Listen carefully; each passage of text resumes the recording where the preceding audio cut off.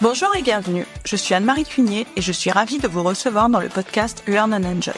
Dans chaque épisode, je vous propose d'analyser les usages et technologies du digital learning qui permettent de créer une expérience apprenant engageante et efficace. Avec des experts et professionnels du monde de la formation et de l'éducation, nous décoderons ensemble les bonnes pratiques qui marchent et les outils et méthodes qui permettent de transformer l'expérience d'apprentissage pour créer un effet waouh auprès des apprenants. Laissez-vous inspirer.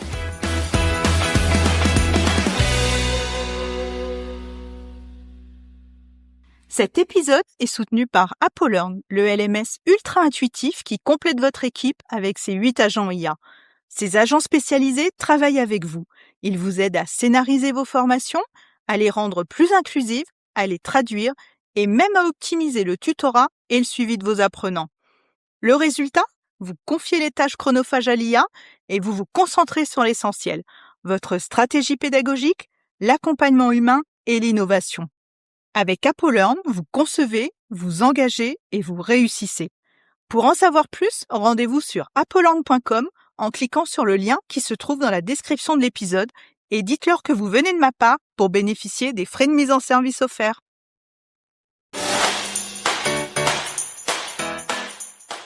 Bonjour à tous. Aujourd'hui, on va parler de la FEST, la formation en situation de travail. La FEST, c'est une manière très naturelle d'apprendre, qui bouscule l'approche pédagogique traditionnelle et permet une montée en compétences directement opérationnelle. Et pour en parler, j'ai le plaisir d'accueillir Karim Dahan, consultant en management et formateur qui connaît très bien le sujet. Il accompagne des équipes depuis des années, il a vu ce qui marche, ce qui bloque et surtout comment la FEST peut transformer un métier ou une organisation. Bonne écoute!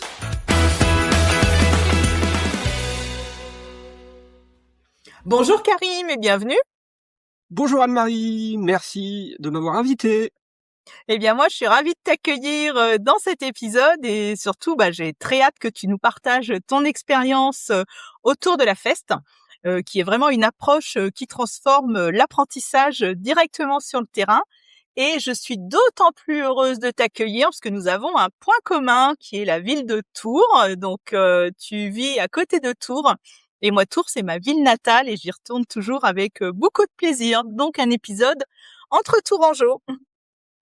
Oui, c'est vrai qu'on en a discuté et effectivement, j'avais prévu d'en parler au moment de sa présentation, mais je sais que cette belle ville de Tours et cette région plus largement, c'est très cher, donc ça rajoutera un petit peu de sel à cet épisode autour de la FEST. Alors, pour commencer, Karim, est-ce que tu peux te présenter, nous dire ce que tu fais, ton parcours en quelques mots ? Alors je m'appelle évidemment Karim. Mon parcours, en fait, j'ai eu une première vie professionnelle, moi, au cours de laquelle j'ai pas forcément œuvré dans l'environnement de la formation, c'est-à-dire que je suis diplômé d'une école de commerce et puis j'ai travaillé classiquement dans une concession automobile. J'ai fait un certain nombre de métiers. J'ai été vendeur, j'ai été chef des ventes et j'ai été directeur commercial d'une concession, dans la région Chartraine. À l'époque, je vivais à Chartres. Et puis en 2016, il y a eu un basculement dans ma vie professionnelle, c'est-à-dire que j'ai décidé de faire autre chose, accompagner les autres, ça m'intéressait, donc j'ai repris mon cartable, je me suis formé à un certain nombre de métiers, essentiellement au métier de consultant, de formateur et de coach.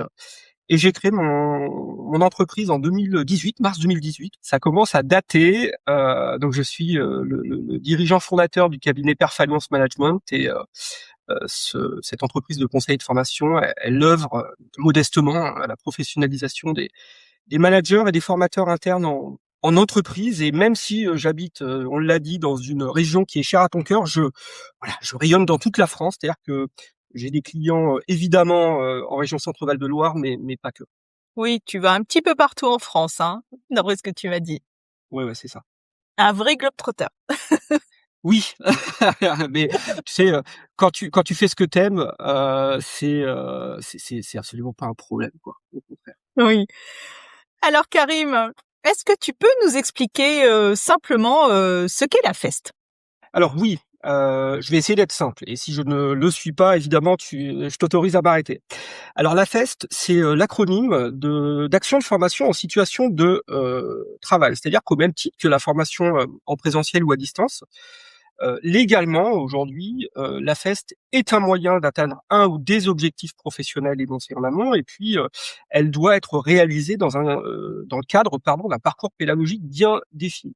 La particularité de la FEST, c'est qu'elle utilise la situation de travail du collaborateur comme matériau pédagogique premier.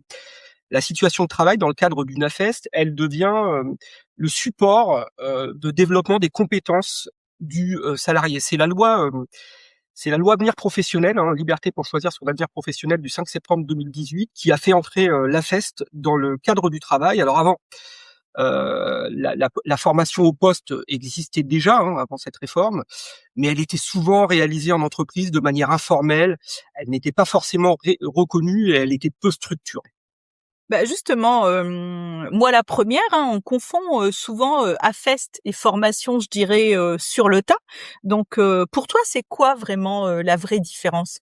Alors tu soulignes quelque chose que j'entends assez régulièrement, et c'est vrai, il existe une confusion aujourd'hui entre apprentissage sur le tas et AFEST. Alors ce que j'aimerais dire, de manière liminaire, c'est que non, l'AFEST, c'est pas une formation sur le tas 3.0. Elle partage avec la formation sur le tas, je l'ai dit tout à l'heure dans la définition, de se passer en situation de travail. C'est à peu près le seul point commun. C'est-à-dire qu'une AFEST, à la différence de la formation sur le tas, elle relève d'une intention pédagogique, hein, c'est-à-dire qu'elle comporte un objectif et un programme. Elle se déroule selon une méthodologie sur laquelle évidemment on reviendra, qui garantit le développement de compétences transférables et pas seulement l'acquisition de modes opératoires. C'est vrai que dans le cadre, moi je dénie pas la valeur de la formation sur le tas, mais ce qu'on peut dire de la formation sur le tas, c'est quid de l'intention pédagogique, parce que souvent c'est un peu le cours de l'activité qui dirige l'apprentissage sur le tas, c'est-à-dire que ce qui s'apprend dépend de ce qui arrive dans l'activité.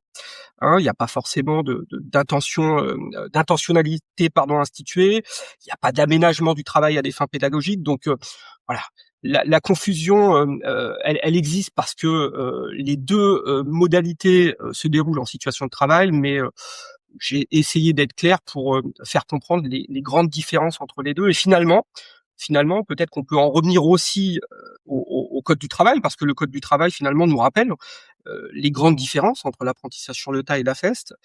Je vais m'appuyer sur l'article D63-13 alinéa 2 du code du travail relatif à la FEST. Il y a 4 conditions. Dans le cadre d'une AFEST, il y a une analyse de l'activité de travail pour le cas échéant, l'adapter à des fins pédagogiques. Il y a la désignation préalable d'un formateur pouvant exercer une fonction tutorale. Il y a évidemment la mise en place de phases réflexives, puisque la réflexivité, c'est le pivot de la FEST. Réflexivité qui est distincte des mises en situation de travail. Et puis le quatrième élément de cet article, c'est qu'on a des évaluations spécifiques des acquis de la formation qui jalonnent ou concluent l'action. Donc finalement, le code du travail nous donne une bonne définition de ce qui dissocie apprentissage sur le tas et AFEST finalement. Oui, là, moi, je comprends mieux, la différence. Et qu'est-ce qui fait, que ça fonctionne, si bien justement, l'AFEST? Parce que souvent, je vois passer, des articles, où on dit que c'est vraiment une modalité, qui permet, de former en situation de travail, mais qu'on a de très, très bons résultats et de l'impact. Donc, qu'est-ce qui fait que ça fonctionne justement, si bien?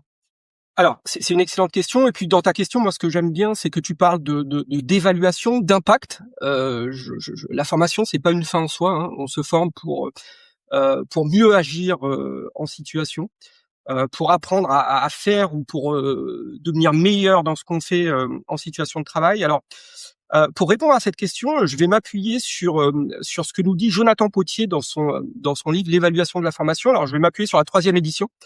Et puis ça nous fait aussi l'occasion d'adresser un coucou amical à Jonathan. Pourquoi ça marche? Parce que la FEST, ça part des besoins opérationnels concrets, d'accord? Je veux dire, dans le cadre dans le cadre de l'ingénierie de la FEST, on va faire une analyse du travail, de laquelle va découler un référentiel de compétences ou un ensemble de situations de travail à maîtriser. Ces éléments permettront de déterminer les objectifs d'apprentissage concrets, puis un parcours pédagogique structuré constitué notamment de situations de travail apprenante. Donc tout commence par la fin finalement avec une AFEST. Ça évite une erreur que beaucoup de formateurs, y compris moi, donc j'en parle avec beaucoup d'humilité, je l'ai fait au début. Ça évite de se jeter sur le contenu de la formation, sur des méthodes pédagogiques, sans qu'un diagnostic finalement préalable et partagé par les différentes parties prenantes n'ait été établi quant aux compétences prioritaires à développer. Donc dans le cadre de l'AFEST, on parle le langage des opérationnels et on évite, autant que faire se peut évidemment, tout jargon pédagogique qui va contribuer à renforcer l'idée fausse finalement qu'apprendre se fait forcément hors du travail et que la formation et l'entreprise finalement sont deux univers séparés. Donc en synthèse, pourquoi la FEST ça marche ? Parce que on part d'une réalité de terrain. Alors maintenant, après toutes ces explications, donc si on prend un cas concret, est-ce que tu pourrais nous décrire pas à pas comment se déroule une AFEST depuis le moment où tu vas repérer la situation jusqu'à la validation de la compétence, les différentes étapes concrètement? Ok. Alors, déjà, avant le repérage des situations potentiellement formatrices, on va devoir réaliser un diagnostic préalable avec l'entreprise. Ce qu'on appelle un diagnostic finalement de faisabilité. L'engagement des parties prenantes, il est impératif pour mettre en place la FEST. Donc, il est fondamental à ce stade de s'assurer que toutes les conditions de réussite seront réunies finalement. Quand je parle de conditions de réussite, il faut l'adhésion du management. C'est indispensable. Il faut aussi avoir une idée claire des contraintes d'activité. Donc, est-ce que le management est capable de faire bénéficier les parties prenantes de marge de manœuvre dans l'organisation ? Est-ce que les tuteurs, dans le cadre de l'AFEST, vont être déchargés de leurs tâches prioritaires durant les séquences de formation ?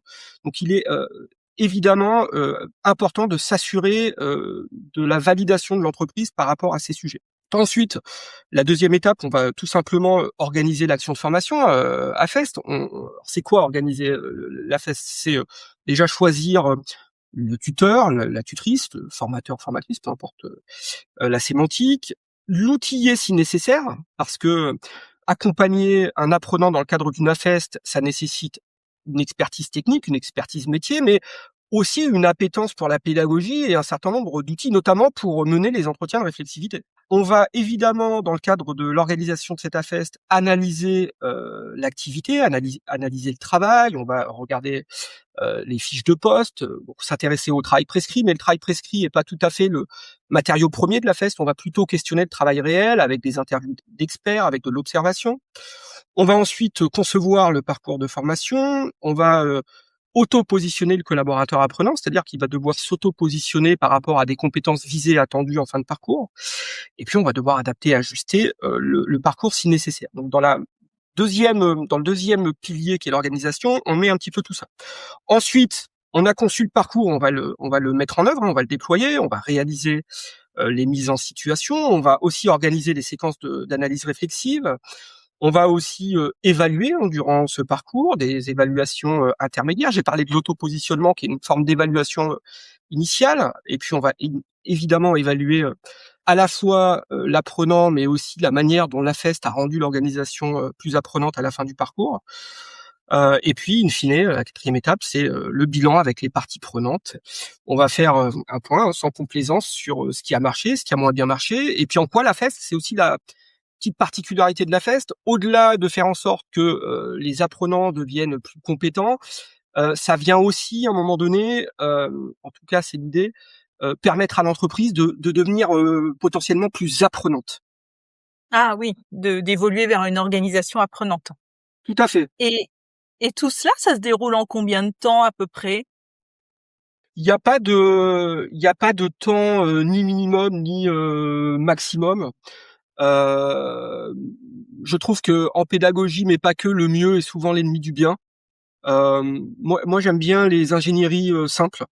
C'est-à-dire que on peut avoir de très bons résultats en 2, 3, 4 jours de formation. Alors, je l'ai pas dit dans le cadre de la définition de la FEST, mais moi, je suis pas un immense ambassadeur de la FEST en tant que modalité unique de formation. On parle énormément de multimodalité, et moi, je crois à la puissance de la multimodalité, et la valeur ajoutée de la FEST, c'est aussi de s'inscrire dans des parcours multimodaux. En termes de temps, il n'y a pas de temps ni minimum ni maximum. D'accord, on s'adapte en fin de compte aux besoins, de l'apprenant. Ah tout à fait.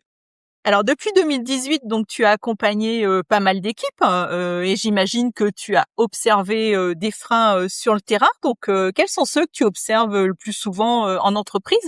Et comment tu vas aider, justement, cette entreprise, à les dépasser? Alors, effectivement, il y a quelques écueils, il y a quelques freins. Mobiliser le top management ou le management, c'est pas toujours, simple.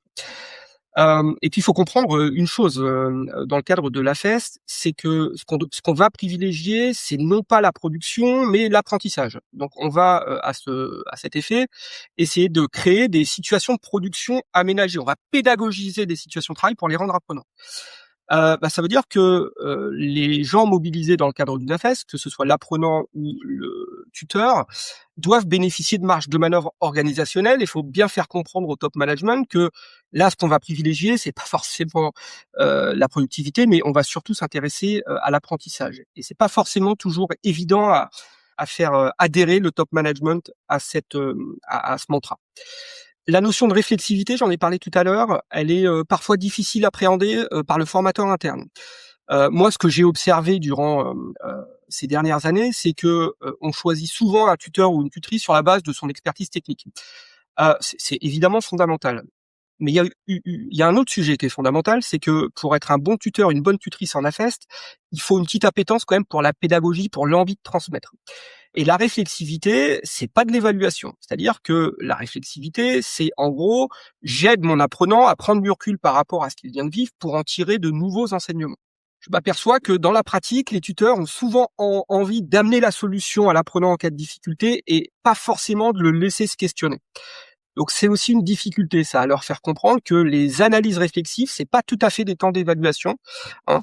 C'est plutôt des temps qui vont participer à la prise de recul parce que la réflexivité, moi j'aime bien rappeler cette citation de Pierre Pastré, hein, qui disait: «On apprend souvent moins par l'action que par l'analyse qu'on fait d'une action». Donc ça sert à ça la réflexivité. Et puis, dernière, difficulté, le temps. Le temps. Le temps de l'activité productive et le temps de l'activité constructive ne peuvent pas coïncider. Ça veut dire quoi? Ça veut dire qu'en formation, et en AFEST à plus forte raison, il faut pouvoir faire, il faut pouvoir se tromper, il faut pouvoir réfléchir à ses erreurs, il faut pouvoir comprendre, aux raisons pour lesquelles on a fait ces erreurs, il faut pouvoir les refaire, il faut pouvoir s'entraîner. Eh bien, ces étapes préalables à la compréhension d'une activité, ou d'une mission, ça exige beaucoup de temps, à la fois pour celui qui se forme, qui apprend, et à la fois pour celui qui guide l'apprentissage. Donc, en substance, hein, les AFEST, comme toutes les autres modalités d'apprentissage, elles semblent difficilement envisageables si le temps nécessaire à la compréhension, de l'action pour permettre l'apprentissage n'est pas prévu. Et ça, le temps, je m'aperçois que c'est pas toujours évident, de, faire en sorte que, les acteurs impliqués dans la feste, aient du temps, hein, pour bien faire, les choses.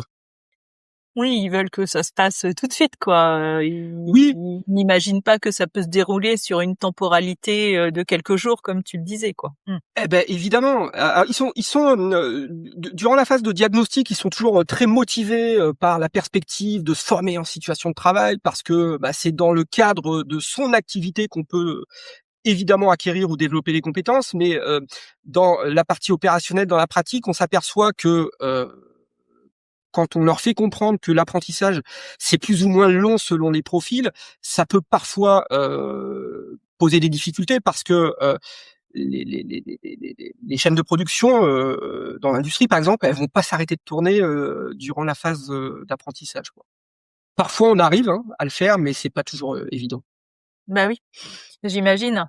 Et est-ce que tu utilises, des outils digitaux, ou non digitaux, pour renforcer, cette démarche? Oui, bah, évidemment, déjà, faut apporter la preuve, hein, dans le cadre d'une AFES que l'action de formation, elle a eu lieu. Donc, les traces, ça peut être évidemment des outils digitaux, mais pas que. Parler de réflexivité, on va créer des journaux pardon, de réflexivité. Je parlais de journal réflexif. On peut utiliser des capsules vidéo en amont d'une situation d'apprentissage pour, aider l'apprenant à se projeter dans la situation. On peut tracer les apprentissages avec des, outils digitaux, numériques, et je le rappelle, on parle de digital, mais la FEST s'inscrit dans des parcours multimodaux, donc on va forcément à un moment donné utiliser un certain nombre d'outils. Et est-ce que, pour illustrer tout ce que tu viens de nous dire, tu as un exemple concret, où justement la FEST a transformé une situation ou un métier ou peut-être même une équipe?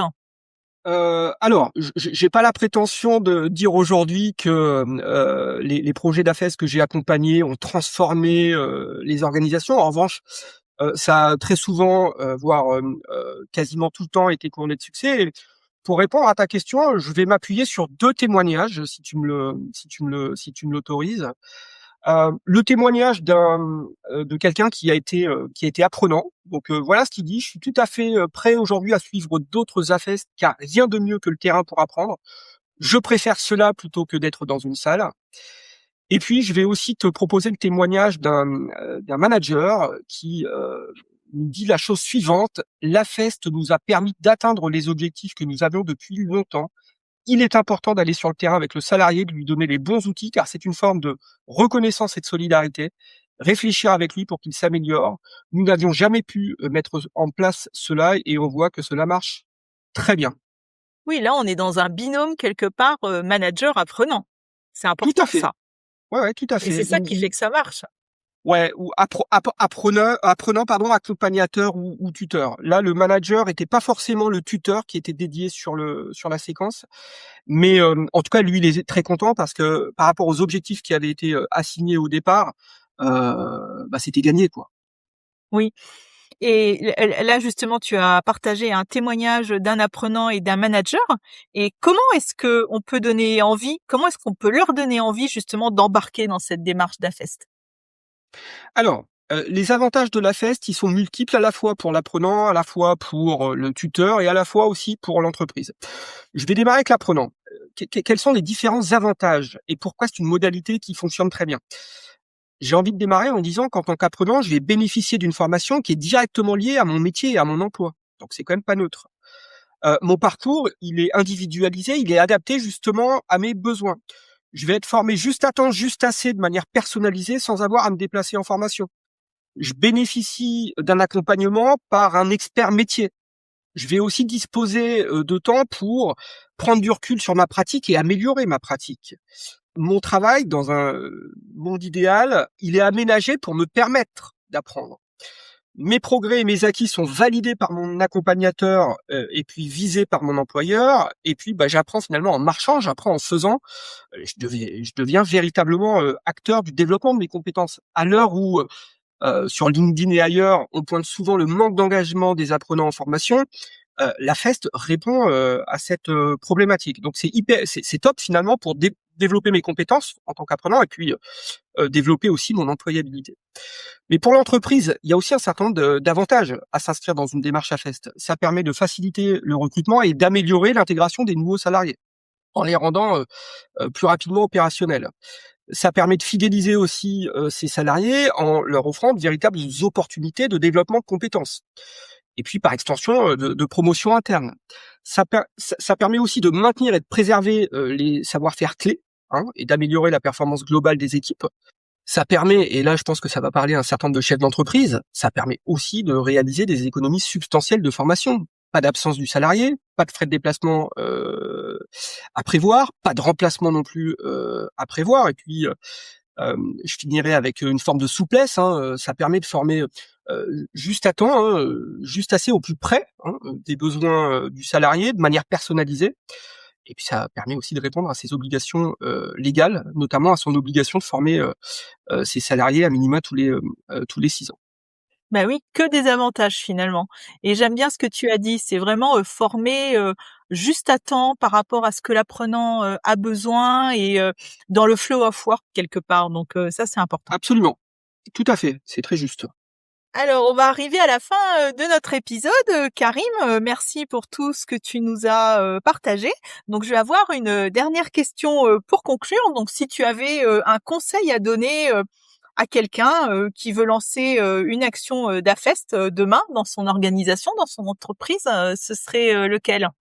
Eh bien, ce serait de s'assurer de l'adhésion des parties prenantes. J'en ai parlé un petit peu, mais avant de décider de recourir à la FEST, l'avis de la direction ou de l'encadrement concernant l'opportunité et la faisabilité quelque part du projet, elle est un préalable nécessaire. C'est-à-dire que si par exemple, selon l'environnement dans lequel on évolue, le droit à l'erreur n'est pas envisageable, que le risque pris lors de mise en situation est trop important, ou que l'organisation du travail ne permet pas d'aménager les situations de travail de façon adéquate, alors il conviendra à mon sens d'adapter le projet ou de trouver une modalité peut-être plus appropriée.